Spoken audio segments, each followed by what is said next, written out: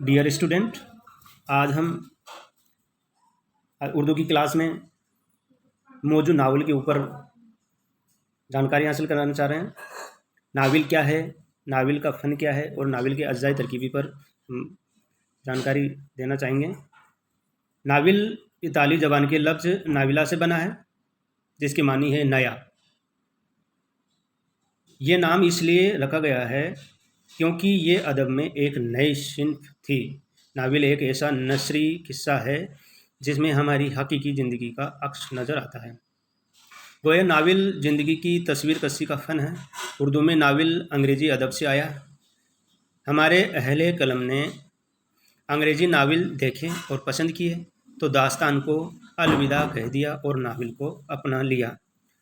Novel अंग्रेज़ी अदब से आया है, इसलिए ये नई सिन्फ है। दास्तान से निकल कर नावल आया है, क्योंकि दास्तान एक लंबी किस्सा होता है।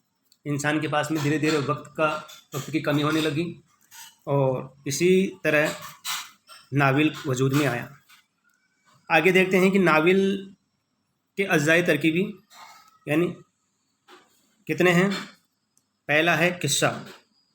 नावल की बुनियाद किसी वाक़े या किसी किस्सा पर रखी जाती है।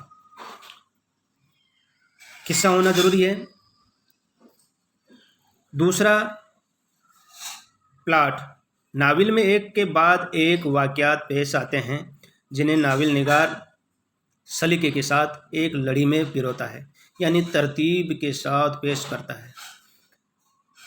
वाक़यात की इस तरतीब का नाम ही प्लाट है।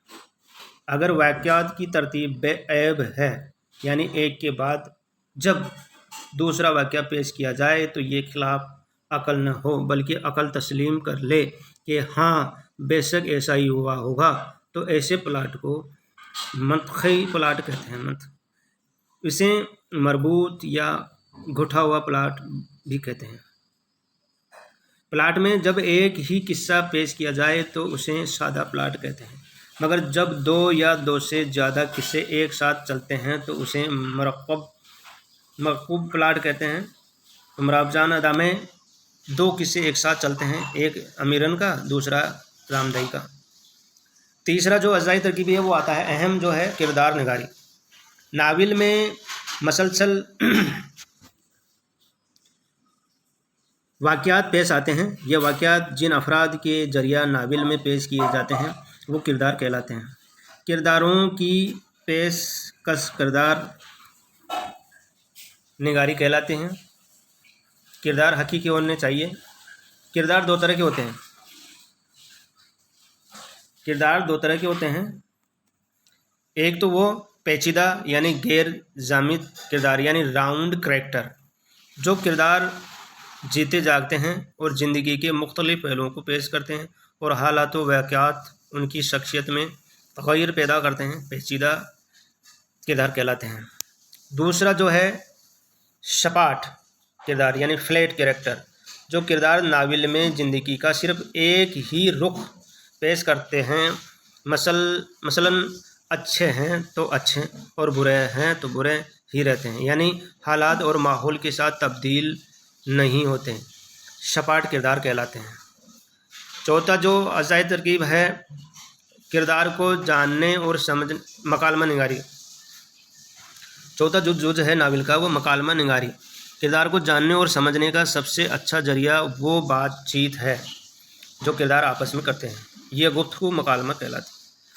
और नावल का अहम जुज़ है मकालमे फितरी मुनासबत मौजू और मुक्सर हो। नावल के मकालमे ही किरदारों के जहन से पर्दा हटाते हैं। मसनूई वर्ब मजा मकालमे नावल की फितनी हुस्न को बर्बाद कर देते हैं। मंजर कसी। पाँचवा जुज़।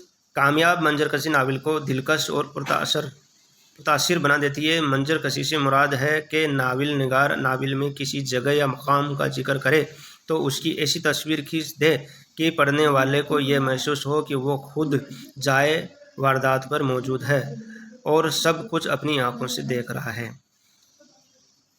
छठा जो जुज़ है नुक्ता नज़र। हर फनकार का अपना नुक्ता नज़र होता है और उसकी हर तख्लीक में कार फरमा रहता है, लेकिन किसी नावल में نقطۂ نظر بہت واضح اور نمایاں ہو جائے تو ناول کے حسن میں کمی آ جاتی ہے۔ یہ تھے ناول کا فن اور ناول کی اجزائے ترکیبی پر آج اپن نے پڑھا۔ اگلے اس میں ہم ناول کی تاریخ پر تبصرہ کریں گے، نظر ڈالیں گے۔ Thank you.